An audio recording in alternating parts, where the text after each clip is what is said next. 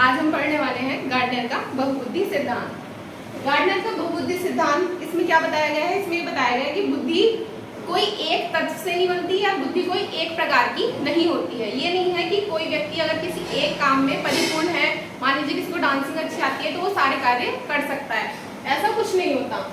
Howard gardener इसके प्रतिपादक हैं। हावर्ड गार्डनर बहुबुद्धि सिद्धांत जो है वो हावर्ड गार्डनर ने दिया है और इसका जो ईयर है कौन से सन में दिया है? 1983 में।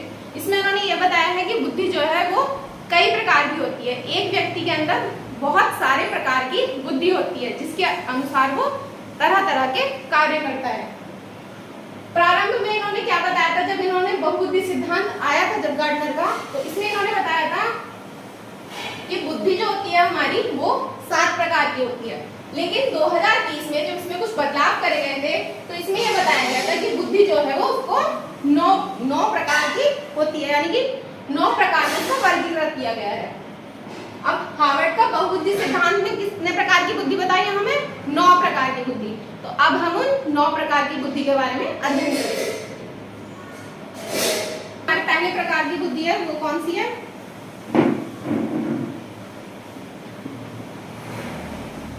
भाषाई शाब्दिक बुद्धि।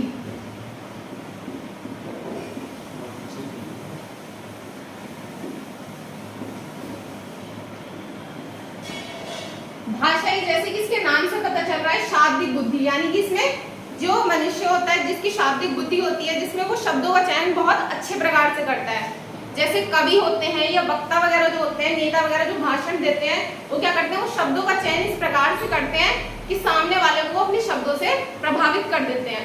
तो जिन भी व्यक्तियों में ये भाषाई शाब्दिक बुद्धि होती है, ये अधिक मात्रा में होती है, वो क्या होते हैं? इसके हमारे एग्जाम्पल क्या क्या हैं?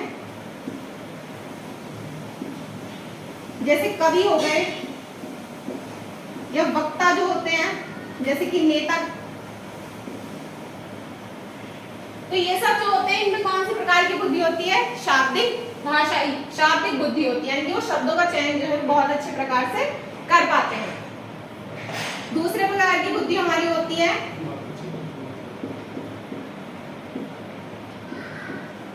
तार्किक गणितज्ञ बुद्धि।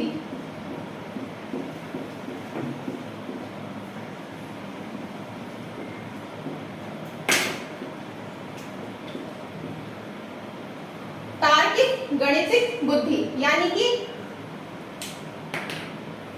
किस प्रकार की बुद्धि है? ये उन व्यक्तियों में पाई जाती है जैसे कि जो मैथमेटिशियन होते हैं, हमारे जो गणितज्ञ होते हैं, उनमें इस प्रकार की बुद्धि पाई जाती है।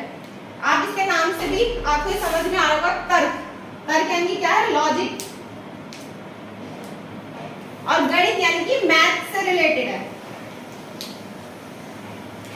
तो इस प्रकार की बुद्धि किन व्यक्तियों में पाई जाती है? जिनमें जो गणित की जो तार्किक बुद्धि होती है, मतलब गणित की कैलकुलेशन होगी, प्लस माइनस मल्टीप्लाई डिवाइड, ये सब जो है वो लोग बहुत अच्छे से कर पाते हैं। इसके एग्जाम्पल क्या है हमारे?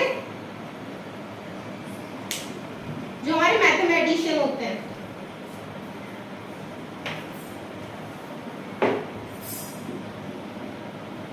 गणितज्ञ जो होते हैं हमारे, जिनको गणित का यानी कैलकुलेशन वगैरह उनकी बहुत अच्छी होती है। जैसे कि कुछ लोग होते हैं, हम उनको कैलकुलेशन कोई हमने डिजिट बताई, वो उसको प्लस करके, अगर हमने प्लस करने को दिया बहुत जल्दी वो उसको प्लस कर देते हैं। माइनस यानी कैलकुलेशन उनकी बहुत फास्ट होती है। तो उनमें कौन सी बुद्धि होती है? तार्किक गणितज्ञ बुद्धि।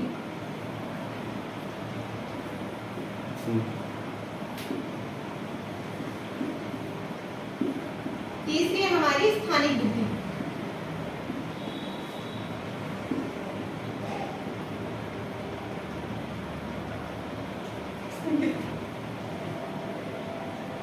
स्थानिक बुद्धि, स्थानिक बुद्धि इसको हम बोलते हैं स्पैटियल इंटेलिजेंस।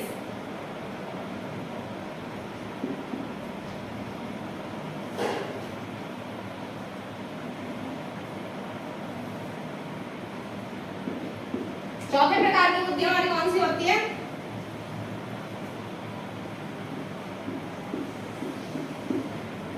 संगीत बुद्धि। संगीतिक बुद्धि जो होती है इसको हम बोलते हैं म्यूजिकल इंटेलिजेंस।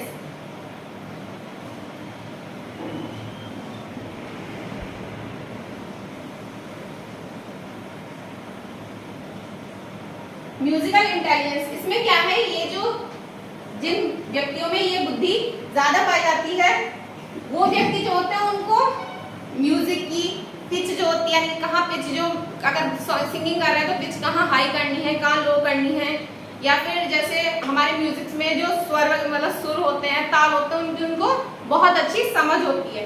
यानी कि जिनको संगीत की अच्छी समझ होती है उनमें ये प्रकार की बुद्धि पाई जाती है। फिफ्थ है हमारी शारीरिक गति बुद्धि, गतिक बुद्धि।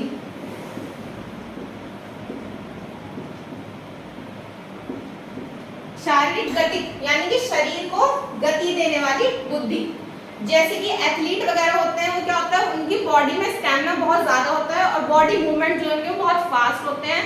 अपने शरीर को जैसे जो रेस वगैरह लगाते हैं हमारे एथलीट हो गए, या फिर बॉडी लिफ्ट मतलब बॉडी बिल्डिंग वगैरह जो करते हैं, तो उनकी उनमें जो है ये शारीरिक गतिक बुद्धि यानी कि उनकी जो शरीर की गति होती है वो बहुत अच्छी होती है, बहुत तेज होती है।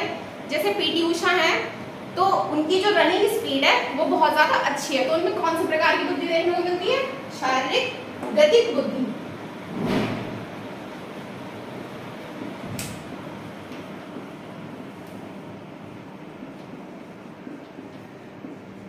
अंतःव्यक्तिक बुद्धि। अब ये बुद्धि, ये दो बुद्धि ऐसी होती है इसमें हमको कंफ्यूजन होता है, जैसे कि एक होगी अंतःव्यक्तिक और एक होती है अंतःव्यक्तिक।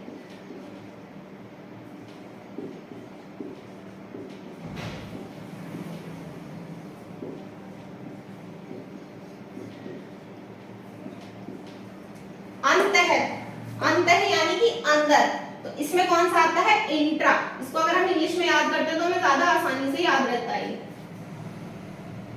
अंतः मतलब इंटर, इंट्रा, और अंत यानी कि इसका मतलब होता है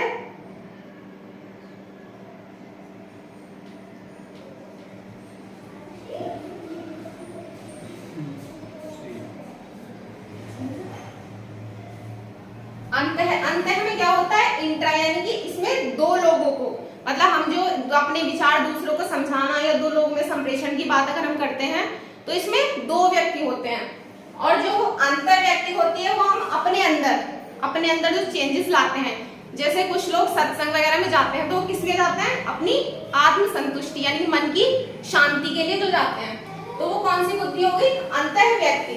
मतलब जो लोग मेडिटेशन वगैरह करते हैं, अपने आप को शांत रख पाते हैं, तो उनमें आती है कौन सी आती है, अंतर व्यक्ति आती है, अंत व्यक्ति आती है।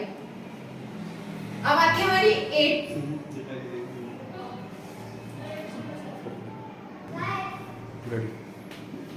इंट्रा। तो इंट्रा का मतलब क्या होता है, अपने आप से।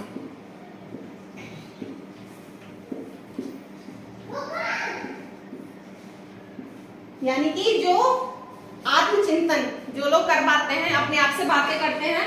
जैसे कुछ बच्चे होते हैं वो खेलते खेलते क्या करते हैं, अपने आप से बातें करते रहते हैं। तो इंटर का मतलब होता है अपने आप से। और इंटर में क्या होता है, इंटर में दो लोग आ जाते हैं।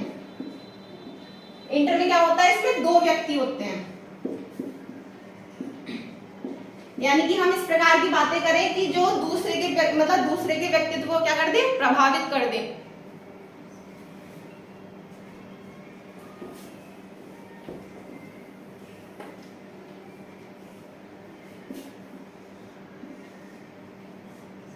फिर आती है हमारी प्राकृतिक बुद्धि।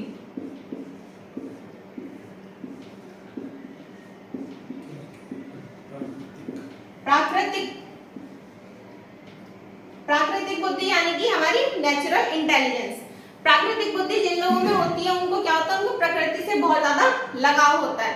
वो लोग प्रकृति से बहुत ज्यादा जुड़े हुए होते हैं। जैसे कुछ लोग होते हैं उनको गार्डनिंग बहुत ज्यादा पसंद होती है, फार्मिंग बहुत ज्यादा पसंद होती है, या पहाड़ों पे जो जंगल वाले एरिया है वहां पे जाना, एडवेंचर वगैरह। उनको कैसी जगहों पे पसंद है, जहाँ पे बहुत ज्यादा हरियाली होती है।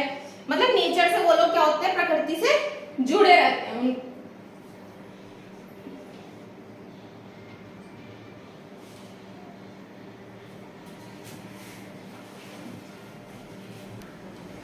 तो लास्ट है हमारी अस्तित्ववादी बुद्धि।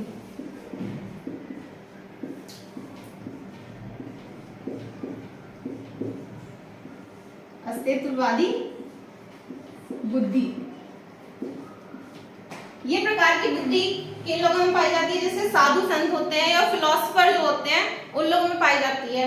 यानी कि किस तरह की बुद्धि होती है? वो अस्तित्ववादी बुद्धि। तो ये लोग क्या होते हैं? जैसे साधु संत होते हैं, वो क्या करते हैं? मेडिटेशन वगैरह बहुत करते हैं, अपने आप को अध्यात्म से जोड़ के रखते हैं। उनका व्यक्तित्व ऐसा होता है जो दूसरों को प्रभावित करता है, यानी कि वो जो है अपने अस्तित्व से बहुत ज्यादा जुड़े होते हैं और अपने अंतर्मन की उनको पहचान होती है। Thank you.